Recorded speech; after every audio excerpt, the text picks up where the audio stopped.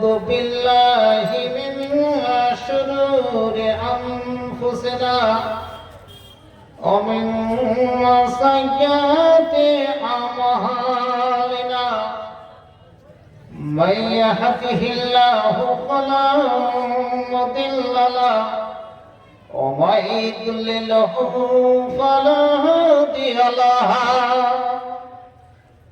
وأشهد أن لا إله إلا الله وحده لا شريك له وأشهد أن محمدا عبده ورسوله أما بعد وأعوذ بالله من الشيطان الرجيم بسم الله الرحمن الرحيم فإن خير الحديث كتاب الله وخير الهدي هدي محمد صلى الله عليه وسلم وشر الأمور محدثاتها وكل محدثة بدعة وكل بدعة ضلالة وكل ضلالة في النار أعوذ بالله من الشيطان الرجيم بسم الله الرحمن الرحيم وما خلقت الجن والإنس إلا ليعبدون وقال النبي صلى الله عليه وسلم ستفترق أمتي على 73 فرقة كلهم في النار إلا واحدها رواه الترمذي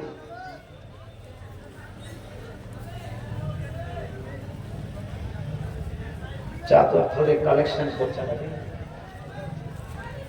আমাকে মনে হচ্ছে এখন কিছুক্ষণ বসে থাকলেই ভালো হয় ডিস্টার্ব হচ্ছে মানুষের আমি যখন একটা ইঙ্গিত করবো তখন করেই বলবো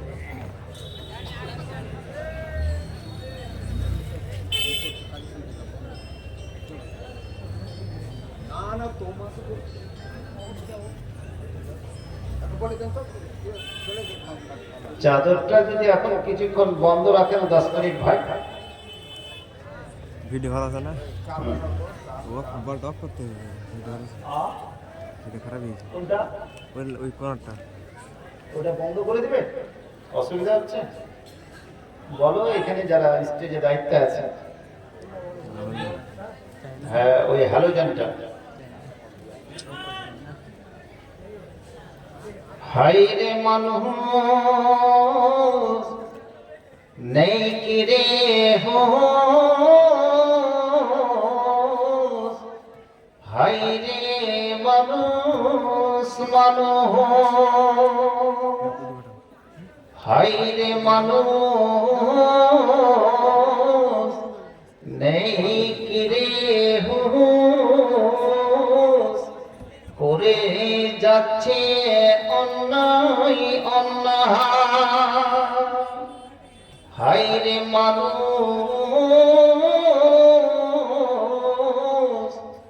নেই কি রে হোস করে যাচ্ছে অন্যায় করে যাচ্ছে অন্যায় তোমার কঠিন এ পাষাণ মনে তোমার কঠিন এ পাষাণ মনে জাগবে রে কবে ভয় তোমার কঠিন এ পাষাণ মনে জাগবে রে কবে ভয়। তুমি তো শ্রেষ্ঠ সৃষ্টির সেরা, তুমি তো শ্রেষ্ঠ সৃষ্টির সেরা, আশরাফুল মাখলুকাত। তুমি তো শ্রেষ্ঠ সৃষ্টির সেরা, আশরাফুল মাখলুকাত। করছো দুর্নীতি, ঘটছে অবনতি, এইভাবে কাটছে দিন রাত।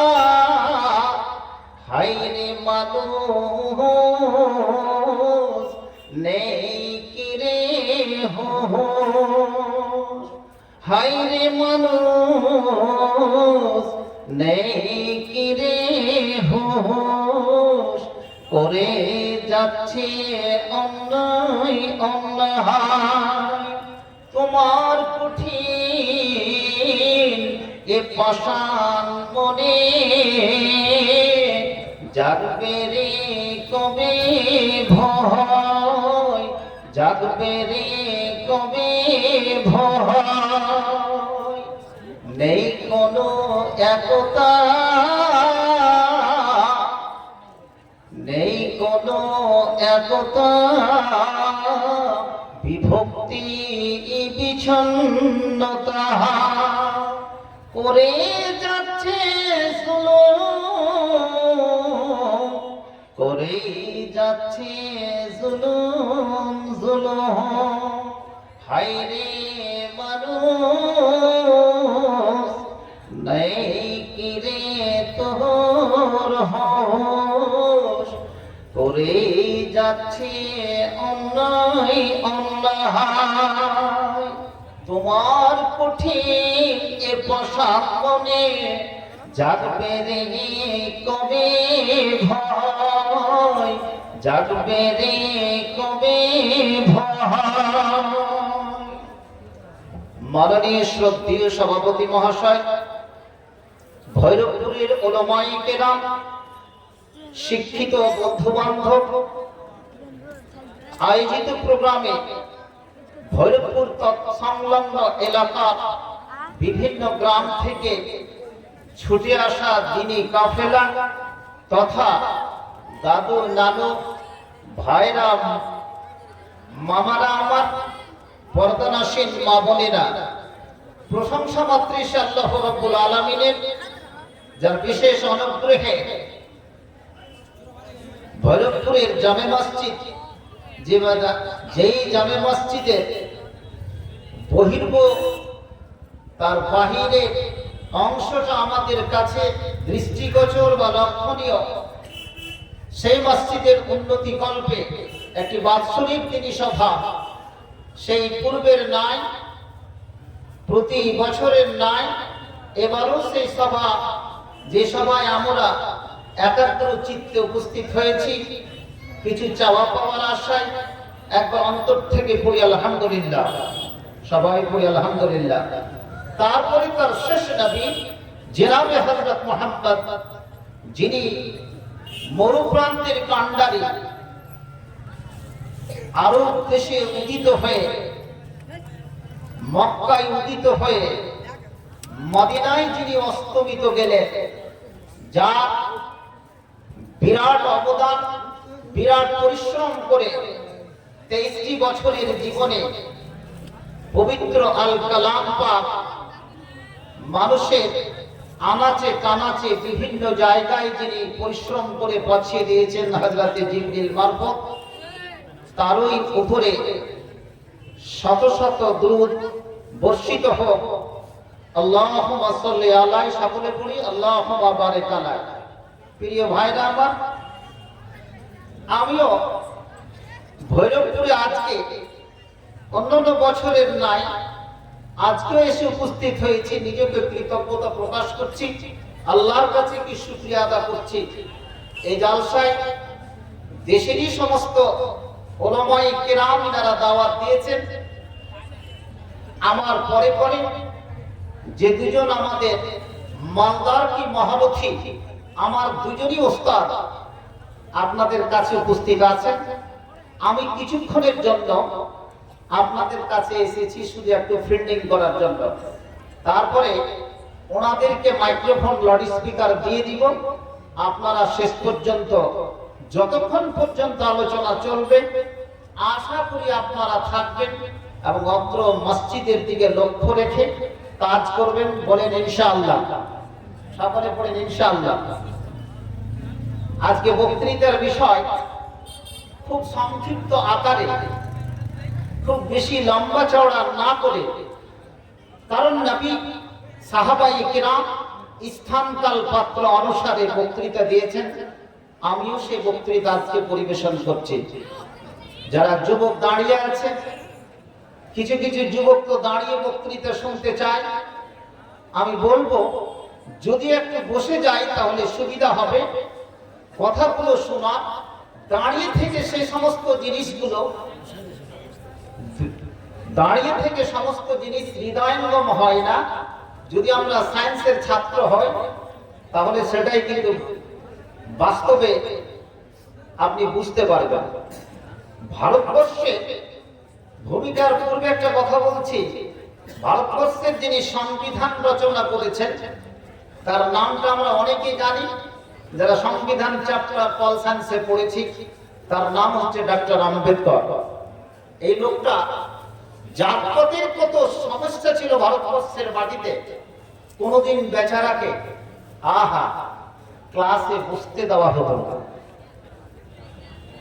কোনদিন জল পান করতে দেওয়া হতো না, নিজেই কিছু বেঁধে নিয়ে যেত। শিক্ষক থাকতেন ঘরের ভিতরে, রুমের ভিতরে, ক্লাস রুমে, বারান্দায় বসে বসে তিনি পড়তেন।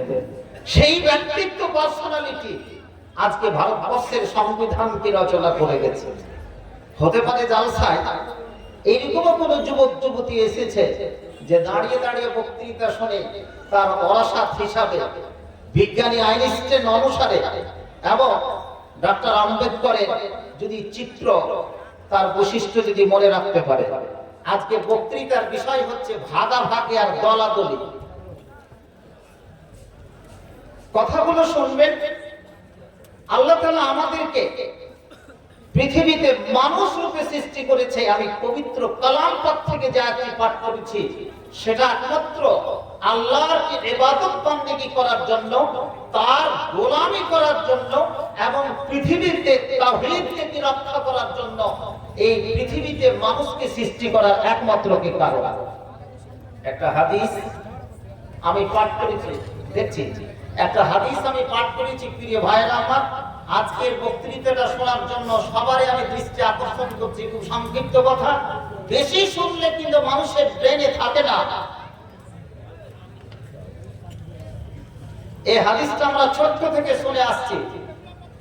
মেম্বারে যে সমস্ত খতিব, যে সমস্ত কি বক্তারা কি খুতবা দিয়ে থাকেন, উলামায়ে কিরাম, তাদের মুখ থেকে শুনে আসছে। আমি শুধু একটু আপনাদের কাছে টিপস দিয়ে দিচ্ছি যে হাদিসটা আমরা যখন পড়ি বা পড়ার পরে যখন শিক্ষকতা করলাম বা এখন যে স্টাডি করছি, হাদিসটাতে বলতে কি চেয়েছে, তার উদ্দেশ্যটা কি, অনেকগুলো জিনিস হয়তো তখন বুঝিনি। প্রিয় ভাইরা আমার, বানু ইসরায়েলের আগে প্রায় ধরেন 4-5 হাজার বছরকার আগেকার কথা, ইহুদ এবং নাসারা, যেটা হচ্ছে খ্রিস্টান যাকে বলবো, জিসাসের যারা পাইরোকার, তার আগে যে মুসার যারা পাইরোকার, যারাকে আমরা বলবো কি ইহুদি, এরা বলা হয়েছে যে তারা 72 দলে বিভক্ত হয়ে গেছিল। কত দলে? 72 দল। আর আমার নবীর উম্মতেরা বিভক্ত হবে 73 দলে। কত দলে? 73 দলে। আমি হাদিসটি পাঠ করেছি, তিরমিজি শরীফ থেকে, আরো বিভিন্ন জায়গায় হাদিসটাকে বর্ণনা করা হয়েছে। প্রিয় ভাইরা আমার, নবী মুহাম্মদ সাল্লাল্লাহু আলাইহি সাল্লামের দলেরা 73 দলে কি বিভক্ত হবে। এখন প্রশ্ন হচ্ছে এই 73 দল কারা? এরা কোনো হিন্দু নয়, কোনো জৈন নয়, কোনো বৈষ্ণব নয়, কোনো কোল ভিল সাঁওতাল মুন্ডা নয়, এই সমস্ত কেউ নয়। মুসলমানের ভিতরে এখন যদি 2 কোটি যদি মুসলিম থাকে সারা বিশ্বে, এরাই কি 73টা দলে বিভক্ত হবে? সাতাত্তারিকু উম্মতি আলা 73 ফিরকাতান, অন্য রাওয়াতে এসেছে মিল্লাতান কুল্লুহুম ফিন্নার, প্রত্যেকটা দল 72টা দল যাবে কি জাহান্নামে, ইল্লা ওয়াহিদা, একটাই, এক্সেপ্ট অনলি ওয়ান, একটাই যাবে জান্নাতে। তারা কারা?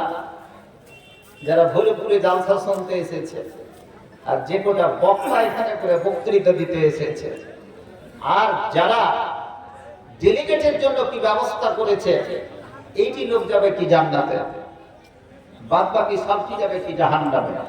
তাই এই 73 দলের ভিতরে থাকবে তারা আমাদের মতো কি আলেম, মুফাসসিরে কোরআন, মুহাদ্দিসিনে কেরাম, আমাদের মধ্যে থাকবে কি যারা বক্তৃতা দিয়ে বেড়ায়, আমাদের মধ্যেই থাকবে তারা যারা ফিকহ শাস্ত্রের খিদমত করেছে, এই সমস্ত লোকেরাই থাকবে কি কোটি কোটি সংখ্যায় কি জাহান্নামে যাবে।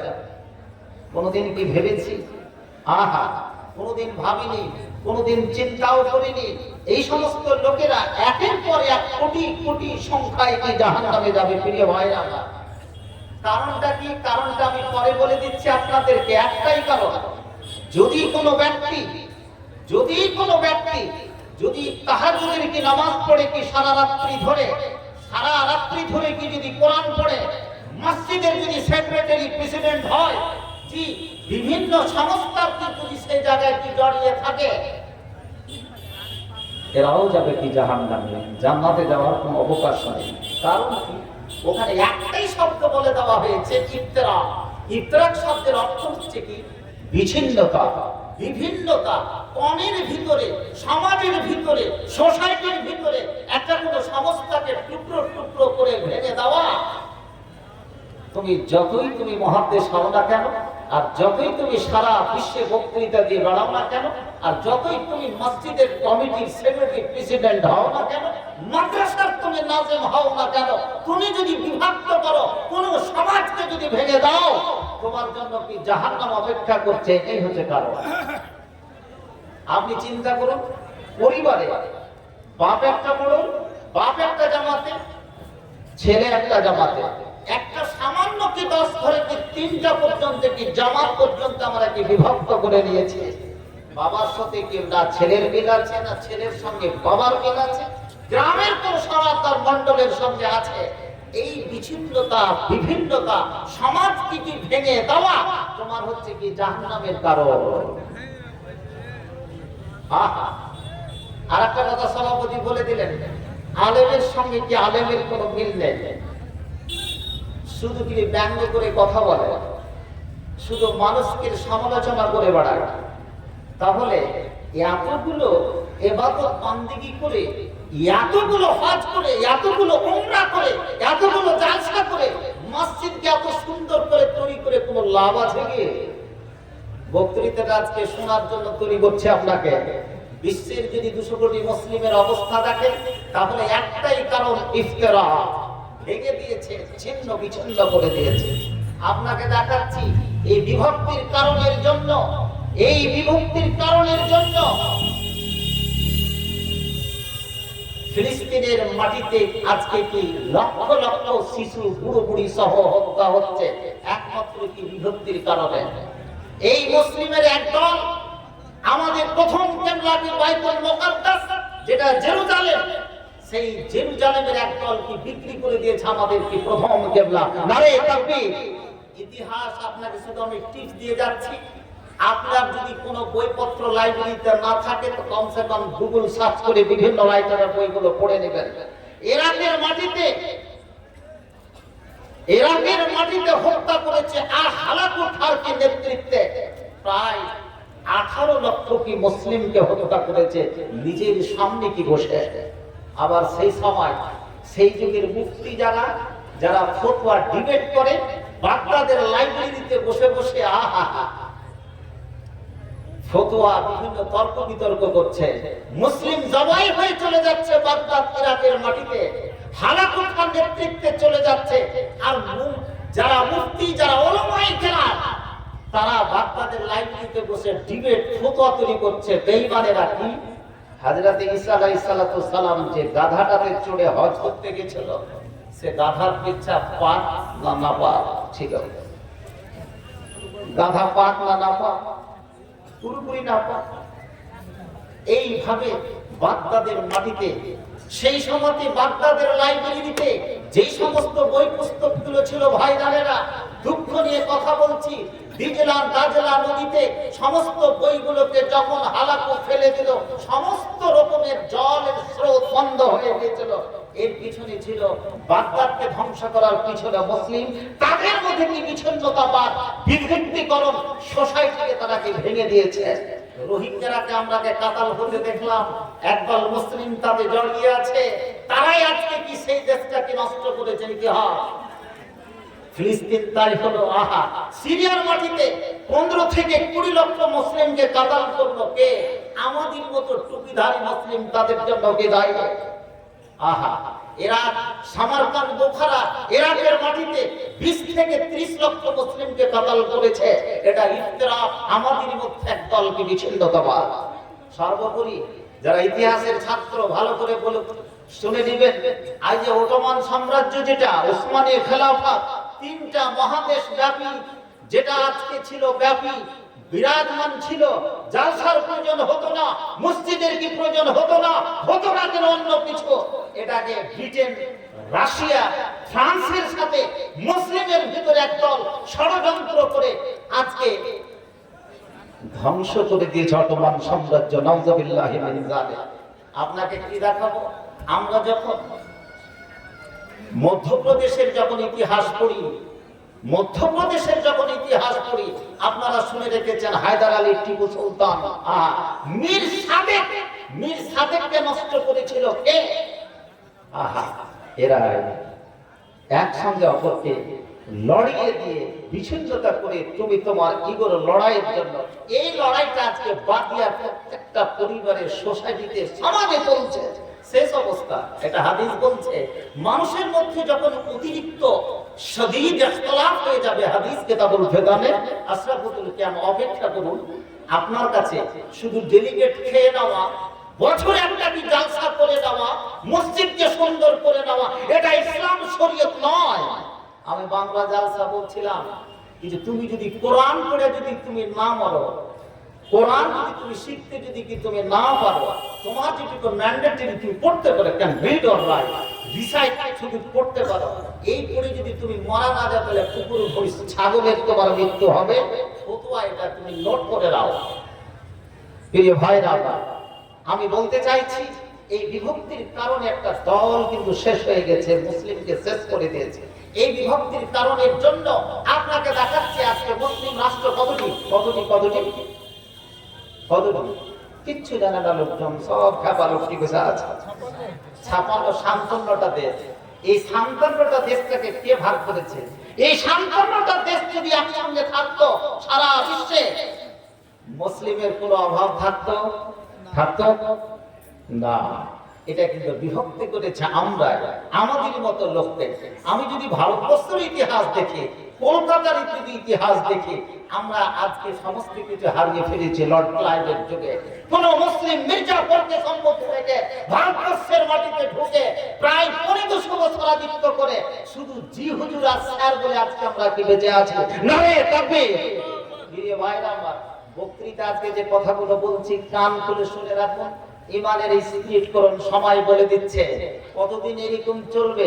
মানুষকে বেঈমানি, শয়তানি আর ধোঁকাবাজি আত্মসাৎ করে কতদিন পৃথিবীতে থাকবেন। মসজিদে হাজিরি দিবেন আলাদা কথা, কিন্তু সবচেয়ে দেখেন সত্যবাদিতা, নাই পরায়ণতা, আমানতদারিতা যদি কোনো মুসলিমের ভিতরে না থাকে, তুমি পুরোপুরিতে মুমিন নও। প্রিয় ভাইরা আমার, খুব ব্যথা নিয়ে কথা বলছি। বিভিন্ন জালসায় যাচ্ছি, আজকে জালসা শোনার কোনো লোক পাওয়া যায় না। জি নেচে নিল কুদি নিল বক্তারা, সেখানে চলে গেল।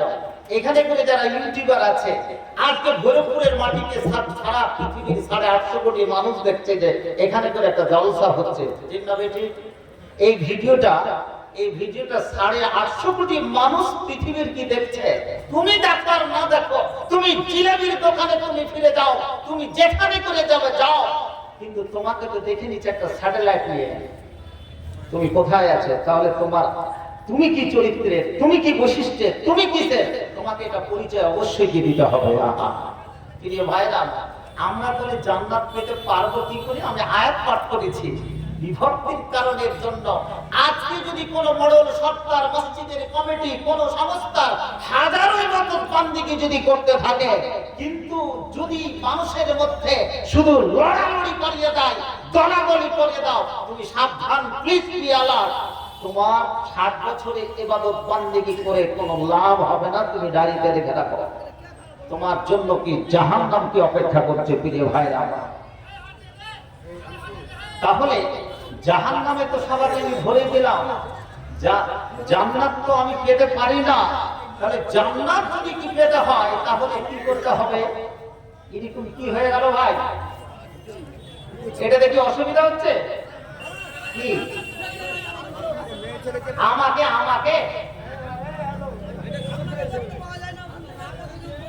আরে আমি ছোট মানুষ আছি না ভাই, এবার দেখতে পারে বোধহয়, কিন্তু এটা দেখতে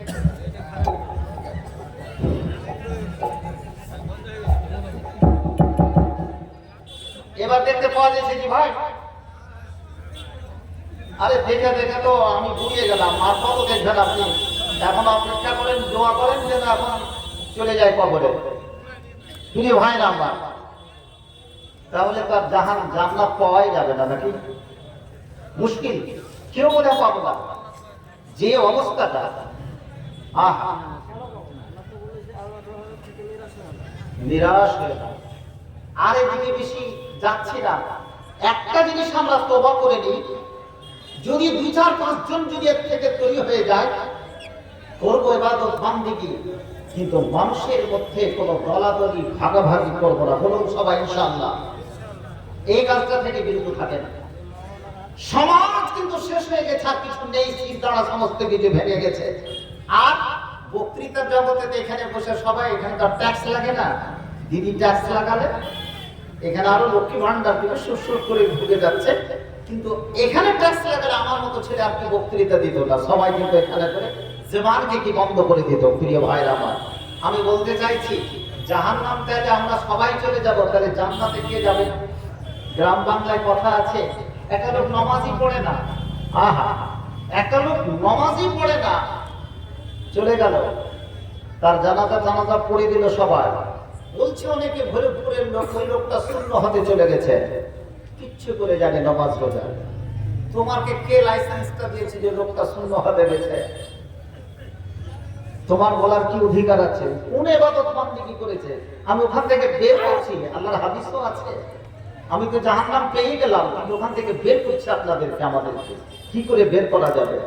না হলে তো আপনারা উঠে চলে যাবেন, আমরা তো জাহান্নামে তো চলেই যাচ্ছে, এর থেকে বের হবো। প্রিয় ভাইরা, মাজার শরীফ দেখেছেন, কবরে গিয়ে যারা সিজদা করে, একটা লোক না জেনে 50 বছর ধরে খালি সিজদা করেই চলে যাচ্ছে, কোনোই ও কিন্তু কালেমা পাঠ করেন, ওই বেচারা জানেই না, ওকে ছেড়ে দেন। কিন্তু একটা লোক কালেমা পাঠ করেছে আর কবরে গিয়ে সিজদা চড়াচ্ছে, ফুল চড়াচ্ছে, সমস্ত কিছু চড়াচ্ছে, কিন্তু সে কালেমা পাঠ করেছে। দুটোর মধ্যে পার্থক্য তো আছে। আহা, একটা হাদিস বলছে, এই যে শূন্য হাতে গেল, তুমি বললে এই যে শূন্য হাতে চলে গেল, কিছুই করেনি, নামাজ রোজা কিছুই করেনি, হজ যাকাত কিচ্ছু দেয়নি, আপনি জানাজা পড়ে দিলেন, শূন্য হাতে চলে গেল। আহা, আল্লাহ রাসূল কিয়ামতের প্রাঙ্গণে একটা হাদিস, যে হাদিসটাকে বুখারীর কিতাবুল হাশারে বর্ণনা করা হয়েছে, বুখারী মুসলিম দুটি হাদিসটিকে নকল করছে। বুখারীর দ্বিতীয় জিলদে, দ্বিতীয় খণ্ডে শেষের দিকে কিতাবুল হাশার, যে ওখানে বর্ণনা করছে, আল্লাহ রাসূল বলছেন যে ইদান, নিজের কমের জন্য ভৈরবপুরের কি যত লোক আজকে জালসা শুনতে এসেছে, ইদান লি, অ্যালাউ মি, হে আল্লাহ তুমি আমাকে অনুমতি দাও, ফিমান কাল, বলুন লা ইলাহা, আজকে পড়ে নেন না যারা পড়েননি, লা ইলাহা ইল্লাল্লাহ। মরণের সময় শরবত খেয়ে কোনো লাভ নাই, তখন নানি দাদি সবাই পড়বে কি বাজারে একটা কালেমাটা পড় থাকে না। অ্যাক্সিডেন্টের সময় কালেমাটা পড়ার, আল্লাহু আকবার বলার সময়টা থাকে না। আমাকে অনুমতি দাও ওই ব্যক্তির সম্পর্কে, ফিমান কল লা ইলাহা ইল্লাল্লাহ। আল্লাহকে বলবেন, আল্লাহ রে, যারা কালেমা লা ইলাহা ইল্লাল্লাহ পাঠ করেছে, ফকিরের কালেমা তুমি অনুমতি দাও।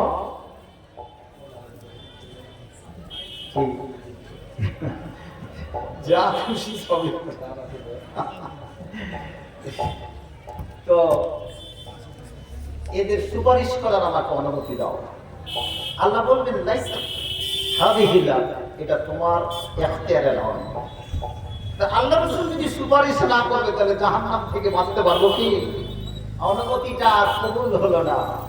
আল্লাহ তাআলা স্বয়ং এবার হাদিস বর্ণনা করছেন। হাদিসটা কি? বিইজ্জতি ওয়া কারামি মান ক্বাল লা ইলাহা ইল্লাল্লাহ। আল্লাহ তাআলা বলছে, ওরে মুহাম্মদ সাল্লাল্লাহু আলাইহি সাল্লাম, এটা তোমার আন্ডারে নয়, তোমার ইখতিয়ারে নয়। যেই বান্দা আন্তরিকতার সঙ্গে লা ইলাহা ইল্লাল্লাহ পাঠ করেছে, তাকে আমি লা উখরিজান্না মিনান নার, আমি তাকে জাহান্নাম থেকে একের পর এক বের করে আনবো। বলুন আলহামদুলিল্লাহ।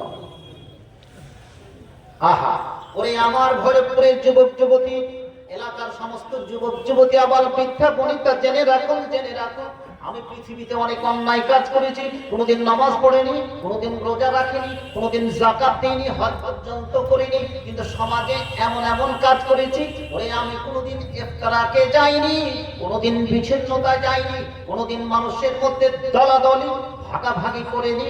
অতএব আমি যখন দুনিয়া থেকে চলে গেলাম, দুনিয়া থেকে যখন আমি কি মরে গেলাম, ওরে তুমি জেনে রাখো, জেনে রাখো, এই গুনাহ থেকে তুমি যদি বেঁচে থাকতে পারো, আল্লাহ তাআলা বলছেন বিইজ্জাতি ওয়া কারামি লা উখরিজান্না মিনান নার মান ক্বালা লা ইলাহা ইল্লাল্লাহ। ওরে যুবক যুবতী, জেনে রাখো, জেনে রাখো, তুমি যদি আন্তরিকতার সঙ্গে লা ইলাহা ইল্লাল্লাহ যদি তুমি পাঠ করে থাকো, তাহলে তুমি সত্যভাবে জেনে নাও, জেনে নাও, আল্লাহ তাআলা তোমাকে একদিন না একদিন ওই জাহান্নামের আগুন থেকে তোমাকে টেনে হিচড়ে বের করবেই করবে, এতে কোনো সন্দেহ নাই, সন্দেহ না। জান্নাত পাবো তো? পাবো না? বলুন ইনশাআল্লাহ। তাহলে হতে পারে কিছুদিনের জন্য জাহান্নামে হয়তো চলে যেতে হতে পারে নাকি? এটা তো বলছে লা উখরিজান্না মিনান নার, জাহান্নাম থেকে আমি তোমাদেরকে বের করব, টেনে হিচড়ে বের করব, যেই ব্যক্তি আন্তরিকতার সঙ্গে একবার লা ইলাহা ইল্লাল্লাহ পাঠ করেছে। এবারে বলুন, এমন কোন ব্যক্তি আছে যে আমরা কি লা ইলাহা ইল্লাল্লাহ পাঠ করে দিই? যদি না পাঠ করে থাকি তো কমপক্ষে একবারও তুমি পাঠ করে নাও। ফকির যখন চাইতে আসে ফকিরের কি কালেমা, এই কালেমা এমন একটা কি সূর্য, ইমানি সূর্য, অন্ধকার থেকে মানুষকে কি আলোর দিকে নিয়ে যেতে পারে। আপনি ঝুঁকছে কেন? হ্যাঁ, আমি তো ঝুঁকি না। প্রিয় ভাইরা, আজ আমি বলতে চাইছি যে আমি যে বলেছি কি যে দলাদলি এবং ভাগাভাগি, এই গুণাটা থেকে যদি মানুষ কি বেঁচে থাকে, তার যদি কোনো আমালে যদি কোনো দুর্বলতা থাকে, তার কোনো পর্যায়ে যদি দুর্বলতা থাকে, তাহলে ভৈরবপুরের বা আশেপাশের সমস্ত যুবক যুবতী সবারই কাছে আওয়াজ করছে, খুব সংক্ষিপ্ত আলোচনা, যে এই গুণাটা থেকে যেন আমরা বাঁচার চেষ্টা করি। যেমন ভাগ হয়ে গেছে 57টি রাষ্ট্রে, আপনার মসজিদ একজনকে আপনি কি মসজিদও আপনি একজন কি ভাগ করে নিতে পারেন। যদি এই সুরসুরি, এই আপনার ভিতরে কি বিচ্ছিন্নতা থাকে, তাহলে আপনি ভেঙে ভেঙে কে টুকরো টুকরো কি করে নিবেন। যদি এই গুনাহ থেকে, এই পাপ অন্যায় থেকে যদি আমরা আজকে কি বিরত না থাকি, মুসলিমের কি অবস্থা, মুসলিমের কি জাতকে চারিদিকে কি সেই অবস্থা কি বিরাজ করছে। ভাইরা আমার, এই অবস্থা যদি আপনাকে বলতে যায়, আমার থেকে আপনি কি ভালো খবর রেখেছে। মুসলিমের আজকে চারিদিকে মার খাচ্ছে, শুধু তাদের উপরে কি ধোলাই হচ্ছে, নির্যাতন চলছে, আপনি চোখের সম্মুখ থেকে দেখছেন কত মানুষ কাছকে কি হত্যা করে দেওয়া হলো। আমি তার জন্য একটা কি দোয়া পর্যন্ত কি করলাম না, উহু আহা জারিও কি করলাম না, কিন্তু মানুষ এইভাবে কেন কি তারা বিভিন্ন জায়গায় কি চলে যাচ্ছে। আমাদের এই অবস্থাটা যদি হয়, মানুষকে একজন আলেম ভালো কথা বলে কি যে তুমি এই কাজটা করো, বাবা মা বলে কি তুমি এই কাজটা করো, কিন্তু না করবে না, তার বিপরীতে কিন্তু আজকে কি করতে যাচ্ছে। একটা কম এর বিপরীতে কিন্তু ধ্বংস হয়ে গেছে প্রিয় ভাইরা। কি ধ্বংস হয়েছে? সেই কম যখন মিশর থেকে সিনাই মরুভূমি পার করে যখন জেরুজালেমের কি ভিতরে কি ঢুকবে, জেরুজালেমকে যখন ফাতা করা হচ্ছে, হযরতে কি মুসার পর যিনি নবী হয়েছিলেন তিনি হলেন ইউসা বিন নূন। কি বললাম? ইউসা বিন নূন। তিনি যখন কি নবী হলেন তখন একটা কথা তাদেরকে বলে দিয়েছিল, জেরুজালেম অর্থাৎ ফিলিস্তিন, এই বাইতুল মাকদিস, এটা যখন ফাতা হয়ে গেল, জয়লাভ করে দিলাম, তখন আমরা যখন কোনো জায়গাতে ভালো রেজাল্ট করি বা মসজিদে যখন আমরা কোনো জায়গায় ঢুকি, ভালো যখন কোনো জিনিস করি, তখন আমরা 2 রাকাত নামাজ পড়ি দিই। সাধারণত 2 রাকাত নামাজ পড়ি, সাদকা তরফা কিংবা সাজদায় পড়ে যাই। ইউসা বিন নূন একটা কথা বললেন, ও কমেরা, তোমরা যখন জেরুজালেমের বাইতুল মাকদিসে যখন তোমরা প্রবেশ করবে, তখন মাথাটাকে নিচু করে আর বুকটাকে তোমরা কি নিচু করে, আর একটা শব্দ তোমাদেরকে বলতে হবে যেটা হিব্রু ভাষায় হিত্তাতুন হায় হুত্তি তোই গোলতে তাই মুদাব্বারা। হিত্তাতুন শব্দের অর্থ হচ্ছে আস্তাগফিরুল্লাহ। বলুন সবাই, বলুন আস্তাগফিরুল্লাহ, মানে আল্লাহ আমাদের কি গুনাহ মাফ করে দাও। ওরাকে বলল, নবী বলল যে তুমি যখন প্রবেশ করবে মসজিদের ভিতরে, জেরুজালেমের বাইতুল মাকদিস প্রথম কিবলা, তখন তুমি এই শব্দটা তোমরা সবাই বলবে। কিন্তু বেঈমান শয়তান কম, আহা, এই বেঈমান শয়তান কম থেকে 300 থেকে 400 বছর ধরে গোলামি যে ফেরাউনের কি কাটলো, এই গোলামিতে থেকে থেকে মন সংকীর্ণ হয়ে হয়ে এরা করলো কি, প্রবেশ যখন করছে তখন পিছনটা বাইতুল মাকদিসের মসজিদের ভিতর করে দিল, বুকটাকে উঁচু করে দিল, মাথাটাকে উঁচু করে দিল। তখন মুখে হিত্তাতুনের পরিবর্তে কি বলতে লাগলো? হিন্তাতুন। হিন্তাতুন মানে গমের দানা। ঘুরে ফিরে লক্ষ্মী ভান্ডারই বুঝি, তাই না? ঘুরে ঘুরে জিয়ারি বুঝি, ঘুরে ঘুরে সে টাকাই বুঝি। আহা, এই কম করলো কি, এইভাবে প্রবেশ করতে বললো বাইতুল মাকদিসের কি মসজিদে, কিন্তু প্রবেশ করলো কি পিছনটাকে করে দিল মসজিদের দিকে, আর হিত্তাতুনের পরিবর্তে বলতে লাগলো কি হিন্তাতুন। এই কমটা আল্লাহ কোনোদিন রাখবে নাকি বরবাদ করে দেবে?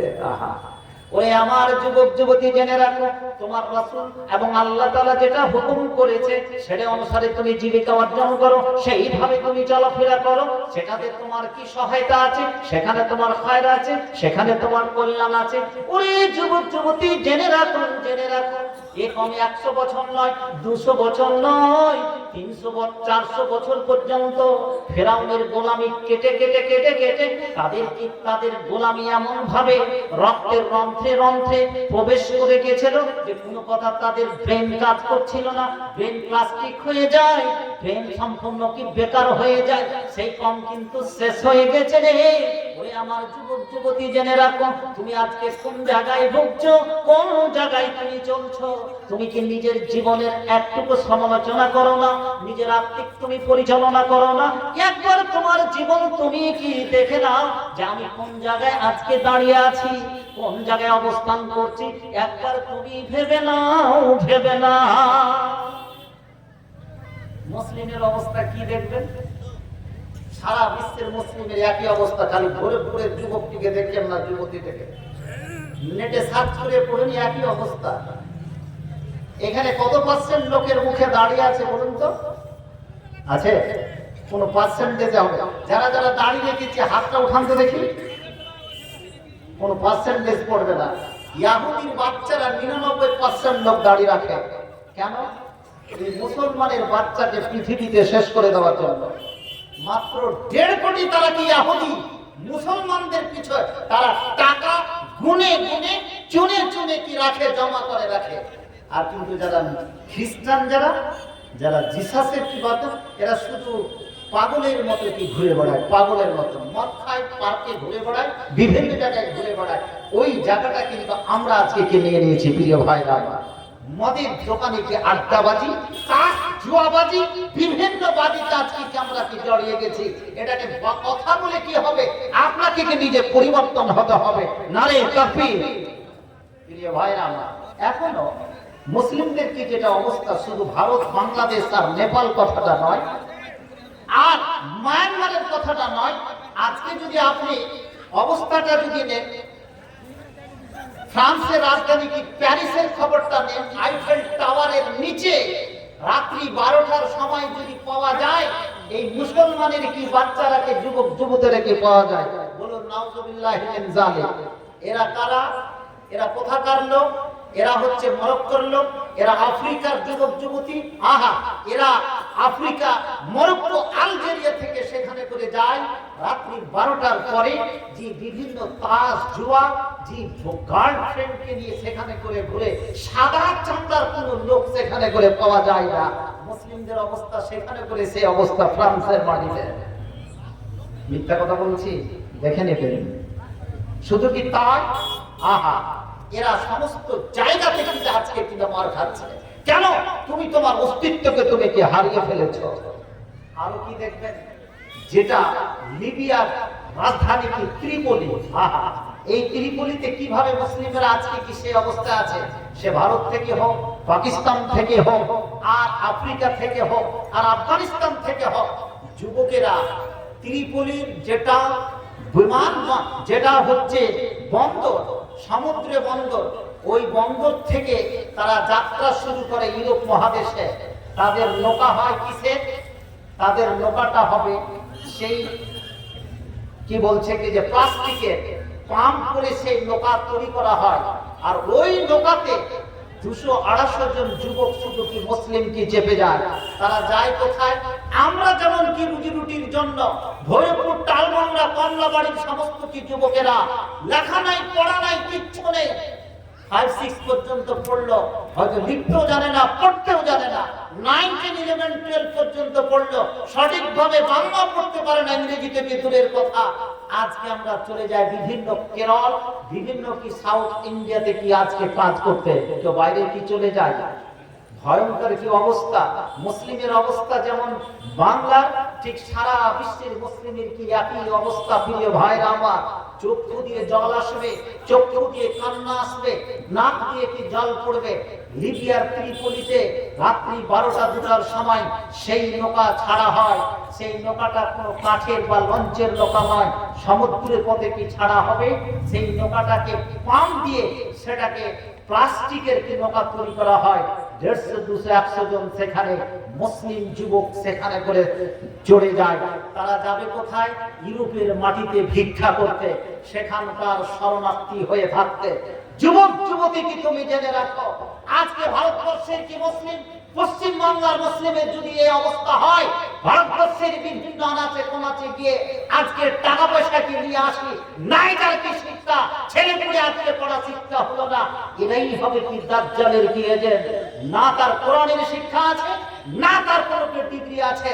কোন ব্যক্তি আমার, কোন ব্যক্তি বল, কোন ব্যক্তি কোন সময় বলেছে যে তুমি চাকরি পেয়ে গেলে খুব কি অহংকার হয়ে গেছে।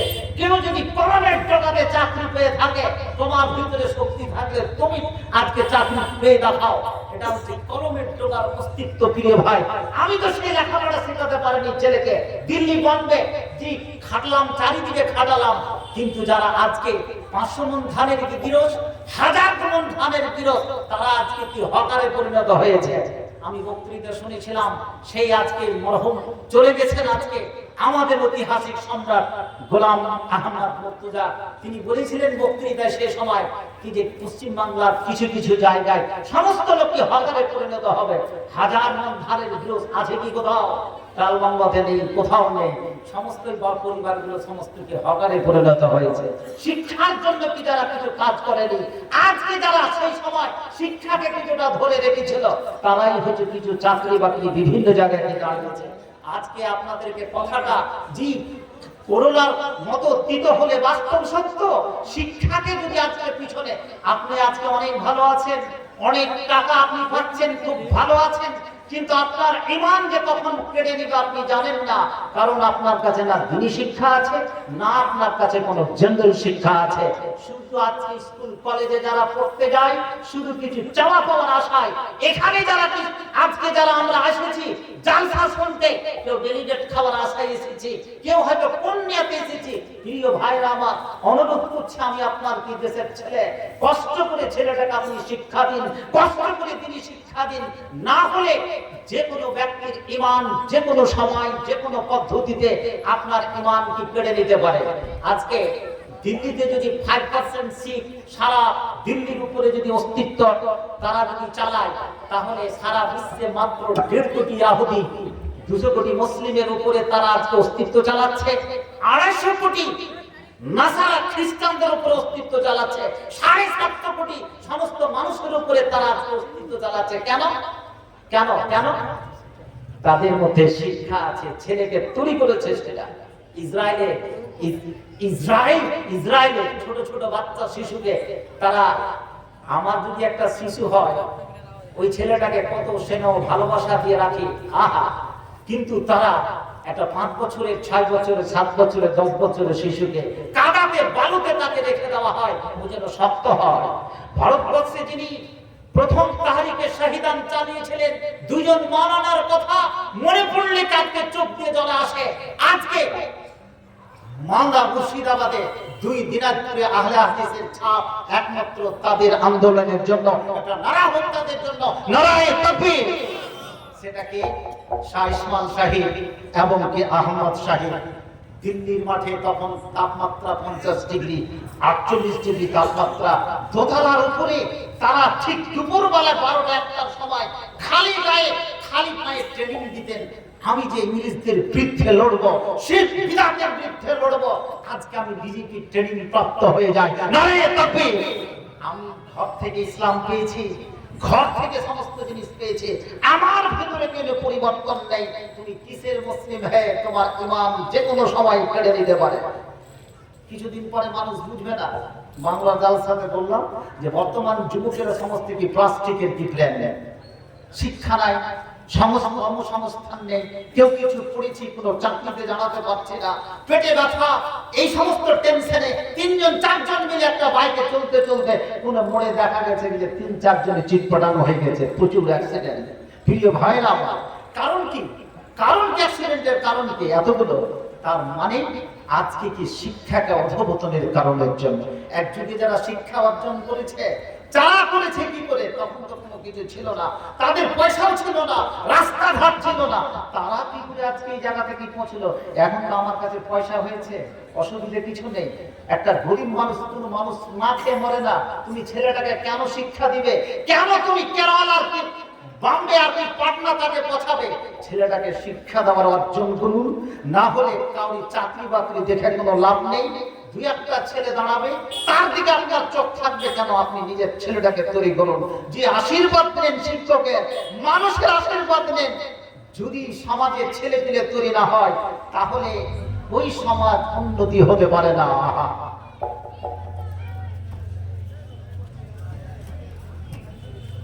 চলে যাবে ওই যে নৌকাটা করে সমস্ত যুবক নৌকাটা করে আজকে ইউরোপের মাটিতে খাটতে যাবে, লিবিয়ার ত্রিপোলি হতে। পাম্পের যদি নৌকা কোনো সময় বাস্ট হয়ে যেতে পারে, এরকম ঝুঁকলে কি আর বক্তৃতা দেওয়া যায় না? ওই নৌকা, পাম্পের নৌকা কোনো সময় বাস্ট তো হতে পারে, কোনো তাদের জীবনের নিশ্চয়তা নেই। রাস্তা পথে সমুদ্রে ওই নৌকাটা, অর্থাৎ ওই যে পাম্প, ওই যে পাম্পের নৌকা, প্লাস্টিকের নৌকা, 150-200 জন সেই নৌকাতে অরহিত অবস্থায় আছে। হতে পারে সমুদ্রে যদি বাস্ট হয়ে যায়, 150-200 জন সমুদ্রের মাঝে চলে গেল। যদি কোন রকম ভাবে সমুদ্র পার করে যদি উঠে কোথায় ওই ইউরোপের মাটিতে, তাহলে তারা শরণার্থী হয়ে থাকবে, তারা ভিক্ষা দিবে, তারা কি শরণার্থী রূপে সেখানে করে একটু জায়গা দেবে। সারা বিশ্বের 200 কোটি মুসলিমের কি এই অবস্থা?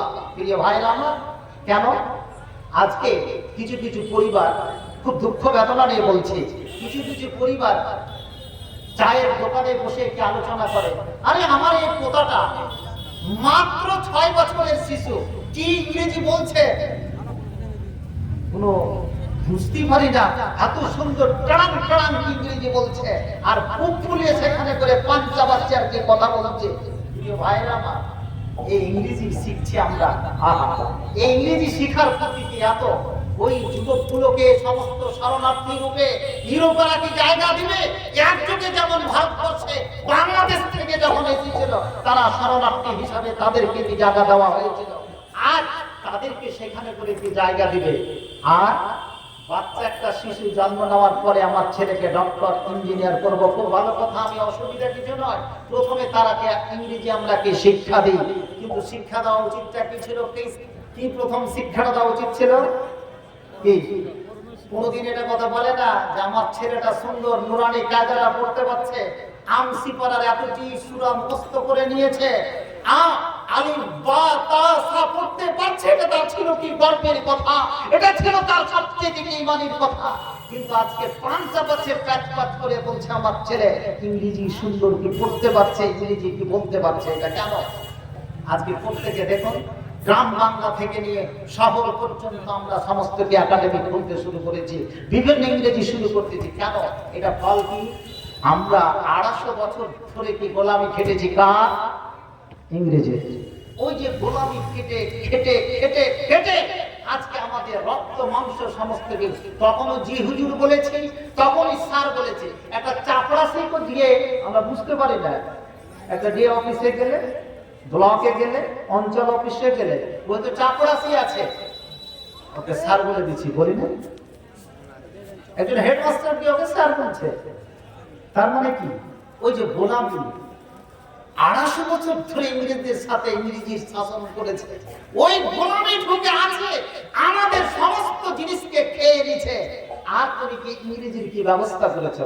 আপনি গুগল সার্চ করে পড়বেন, ইংল্যান্ড থেকে যদি স্পেনের মাটিতে যান, স্পেনের কোনো এয়ারপোর্টে কোনো ইংরেজি নেই, এমনকি এক্সিট ইন্ট্রান্স শব্দটাকে আপনি পাবেন না, জার্মান ইংরেজি পাবেন না, জাপানে পাবেন না। তারা ইংরেজি শিখাকে মনে করে এটা অবমাননা, অপমান মনে করে। আর বাঙালি তো কয় হাজরাত ইনসান, বাচ্চাটা যেমনই হলো আমি ইংলিশ মিডিয়ামে দিয়ে দিব, আহা, ইংলিশ মিডিয়ামে দিয়ে কিছুদিন পরে দেখা গেল দাঁড়িয়ে পেচ্ছাপ করবে। তোমাকে যদি ডাক্তার ইঞ্জিনিয়ার হয়, তোমাকে দুটো খেতেও দিবে না, তোমার জানাজা থেকে তোমার উপস্থিতি হবে না, কিছু লোককে তোমাকে পাঠিয়ে দিবে, তোমার সেখানে করে জানাজাতে সে উপস্থিত হবে না। নারে তাকবীর! প্রিয় ভাইরা আমার, আমি ডাক্তার ইঞ্জিনিয়ার হতে, আইএস অফিসার হতে বিরোধিতা করছি না, কিন্তু বেসিক্যালি যে তালিমটা, সে তালিমটা যদি আজকে আমরা কি না দিয়ে থাকি, তাহলে ওমা খালাকতুল জিন্না ওয়াল ইনস ইল্লা লিয়াবুদুনি প্রতীক হতে পারবো না। প্রিয় ভাইরা আমার, আমরা কোন জায়গাতে এই দলাদলি ভাগাভাগি করতে গিয়ে সমাজকে আজকে কোন জায়গা থেকে নিয়ে চলে গেছে জানেন?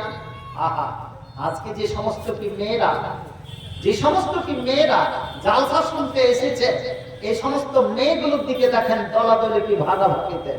মেয়েরা এমন একটা সুন্দর জাত, এমন একটা সুন্দর একটা কি পদার্থ, এমন একটা কি সুন্দর কি জীব, এর চাইতে সুন্দর কোনো জিনিস হয় না। প্রত্যেকের স্ত্রী আছে, প্রত্যেকের যুবতী কি মেয়ে আছে, প্রত্যেকের যুবতী স্ত্রী আছে, যে মা বোন, যে সমস্ত কিছু খালা আছে, এরা এত সুন্দর সমস্ত কিছু জিনিস তারা কি করতে পারবে, কিন্তু এরা কোরআন পাঠ করবে, কোরআন শিক্ষা করতে দিয়ে দাও, খুব এরা কি কোরআন পাঠ করবে। সুবহানাল্লাহকে 100 বার যদি বলতে গেছো, এইটাতে দোয়া আছে পাহাড়ের সমান বলবে, আল্লাহু আকবার বলতে দিয়ে দাও বলবে, জি সুবহানাল্লাহ বলতে দেন বললে, আলহামদুলিল্লাহ পাঠ করতে দেওয়া হয়, কিন্তু বলে দিলে আহা, যেটা কিন্তু পুরুষ পারে না, সেটা কিন্তু স্ত্রী পারে। আবার এরা সমাজের ক্ষেত্রে চলতে চলতে দেখা যায় যে এরা মাথাতে বোরকাও পরে, আবার বোরকা পড়তে পড়তে কি দেখা যায় মেকআপও করে, হাতে দাস্তনাও করে। আবার কিছু কিছু মেয়েকে দেখবেন যারা ড্রাইভিং করে তারা সমস্ত কি বোরকা মেকআপ করে, আবার পায়ে তারা মোজাও করে, কিছুই আপনার কি দেখার পিছনে, কিন্তু সমস্ত কিছু। আবার গানের ক্ষেত্রে যদি এদেরকে বলা হয় তাহলে তারা নাক মাছি কান মাছি সমস্ত কিছু কিন্তু খুলে দিয়ে দেওয়া হয়। ওই মেয়েটাকে দেখা গেল রাত্রিবেলায় তাহাজ্জুদের কি নামাজও পড়ে, তাহাজ্জুদে নামাজ পড়ে, কোনো জায়গাতে অভাব নেই। এখন যদি মেয়েদের কাছে যদি চাই যেটা নবীর যুগে দান হতো, কি তুমি নাক মাছি খুলে দাও, হাতের ব্রেসলেট খুলে দাও, পায়ের তুমি তোড়া খুলে দাও, সমস্ত কিছুই তারা কিন্তু খুলে দিয়ে দিবে, যেটা পুরুষ পারবে না। বিভক্ত সবই কিছু কিন্তু তারা পারবে, এতখানি ক্ষমতা আছে। কিন্তু যেটা হচ্ছে তাদের এগুলো এতগুলো দান করা সত্ত্বেও কিন্তু সে জাহান্নামী মেয়ে। যেমন আপনাকে আমি জাহান্নামী বানালাম, যেটা ইফতিরা, বিচ্ছিন্নতা, বিভিন্নতার মধ্যে যদি আপনি জড়িয়ে থাকেন। আর মেয়েদের মধ্যে কি কি থাকে? একটাই কারণ, পুরুষটাকে কিন্তু এতগুলো বৈশিষ্ট্য থাকা সত্ত্বেও ওই মেয়েটা কিন্তু পুরুষটাকে পুরুষ বলেই গণ্য করে না।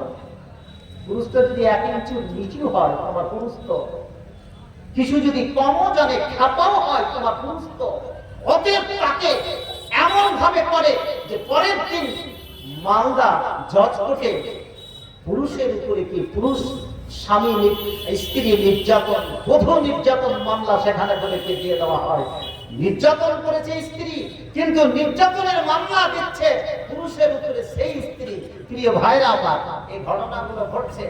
আমার একজন কম্পিউটারের টিচার মিলানগড় সিনিয়রের কথা বলছি, ওর বাবা মৃত্যুর সঙ্গে লড়াই করছে, দাদাও মৃত্যুর সঙ্গে লড়াই করছে। জি, বাইকের দুজনই ছিল, দুজনই কি মরমর অবস্থা। আজকে 9 লক্ষ টাকা খরচ হয়ে গেল। করেছে তাদের কোনো অন্যায় নেই, কিন্তু যারা অ্যাক্সিডেন্ট করেছে তারাই উল্টে কেসটা দিয়ে তাদেরকে কি ভাসিয়ে দিয়েছে। প্রিয় ভাইরা আমার, যুগকাল বলে কিছু আছে, মানুষের ইনসাফ বলে কিছু আছে, নাই মানবতা কিছু আছে। মানুষের ক্ষেত্রে যদি এইরকমই হয়, তুমি সেখানে করে যাবে। ও মেয়ে, তুমি আজকে পুরুষের খিদমত করতে গেলে তোমার কাছে যদি করোনার তেতো যদি জুস মনে হয়, তাহলে এতগুলো ইবাদত বন্দেগী করে তোমার কোনো কাজ দেবে না। ওরে আমার যুবতী মায়েরাকে শুনে রাখো, আমি যে বিষয়ে কথা বলছি তুমি জেনে রাখো। তুমি যদি হাজারো হাজার ইবাদত বন্দেগী করো, প্রতিদিন যদি তাহাজ্জুদের নামাজ পড়ো রে, তুমি যদি 5 ওয়াক্ত নামাজ পড়ো, নফল রোজা পড়ো, নফল নামাজ পড়ো, তুমি যদি আজকে সমস্ত সুন্নাতের ইহতিমাম করো, দান পর্যন্ত যদি তুমি করতে থাকো, কোনো জিনিসের অভাব নাই।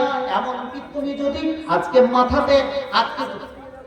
মাথাতে যদি তুমি আজকে সেই ধরনের জিনিস তুমি রাখো, কোন জায়গাতে তোমাকে দেখতে পাবে না, তাহলে তোমার সমস্ত জিনিস ঠিক আছে। কিন্তু জেনে রাখো পুরুষের যদি তুমি খিদমত না করো, পুরুষের কথা অনুসারে তুমি যদি চলতে না জানো, তাহলে তুমি এটা জেনে রাখো তোমার পক্ষে জান্নাত পাওয়া সম্ভবপর নয়, সম্ভবপর নয়। অতএব তুমি যদি এটাকে নিজের জন্য আসল করে নাও, তাহলে এটা অন্যায় হবে। নিজের জন্য ভাবতে ভাবতে পুরুষটাকে তুমি আজকে নির্যাতনের মামলায় তুমি ফাঁসিয়ে দিলে রে, তাহলে এটা অন্যায় হবে। অতএব তুমি এখান থেকে পুরুষের খিদমত তোমাকে করতেই হবে। যদি তুমি জান্নাত পেতে চাও, তুমি যদি নফল নামাজ পড়ো, সুন্নাত নফল নামাজ পড়ো, এর থেকে বেশি যদি তুমি স্বামীর খিদমত করো, তাহলে এটাই তোমাকে জান্নাতে নিয়ে যাবে। নচেত তোমার জান্নাত পাওয়া কোনো মতেই কঠিন হয়, কোনো মতেই ঠিক হবে না, কোনো মতেই সাধ্য হবে না। তুমি এটা ডায়েরিতে নোট করে না। কে চিৎকার করছেন? টাইম প্রায় আমার কি হয়ে আসলো, কি হয়ে গেছে প্রায় বক্তৃতা। আপনাদেরকে একটাই কথা বলছি, এই মসজিদটার ওপরে গেছিলাম, এনারা ওপরে দোতলার কিন্তু ভূমিকা নিয়েছে নাকি, অনেকটা হয়ে গেছে। মসজিদের ভিতরটা যা দেখলাম, কোনোদিন আমি ঢুকিনি, এতবার জালসা থেকে আসি, কিন্তু আমি এখানে করে কোনোদিনই ঢুকিনি। এত সুন্দর মসজিদ করেছে, আলহামদুলিল্লাহ, বলুন আলহামদুলিল্লাহ। জি, এই মসজিদটাতে বোধহয় এদের জায়গা ধরছে না, যেহেতু এটা জামে মসজিদ। জি, এই জামে মসজিদটাকে কেন্দ্র করে আরা জালসার ভূমিকা নিয়েছে। অতএব এই মসজিদটাতে আপনাদেরকে দাম দিতে হবে। এই মসজিদ এত বড় কি মসজিদ, এই মসজিদটা ভূমিকায় যারা আছে, যারা কমিটিতে আছেন, যারা আজকে সহযোগিতা আছেন, এই মসজিদকে শুধু আজকে টাইলস আর এসি করার সঙ্গে সঙ্গে এই মসজিদটাতে যদি মক্তবটাকে আমরা ভালো করে চালাতে পারি, মক্তব কি দেখা গেল মক্তবে 2-4-5 জন 10 জন পরিবারের ছেলে মেয়ে আসে আর সমস্ত পরিবার থেকে ছেলে মেয়েগুলোকে দিলাম না, এটা ঠিক নয়। প্রত্যেকটা পরিবার থেকে ছেলে মেয়েগুলো ভালো করে পড়াবার চেষ্টা করবেন, তাহলে মসজিদকে সুন্দর টাইলস আর সুন্দরভাবে কি মার্বেল পাথর দিয়ে সাজানো, তার থেকে কি বেশি কি আপনারা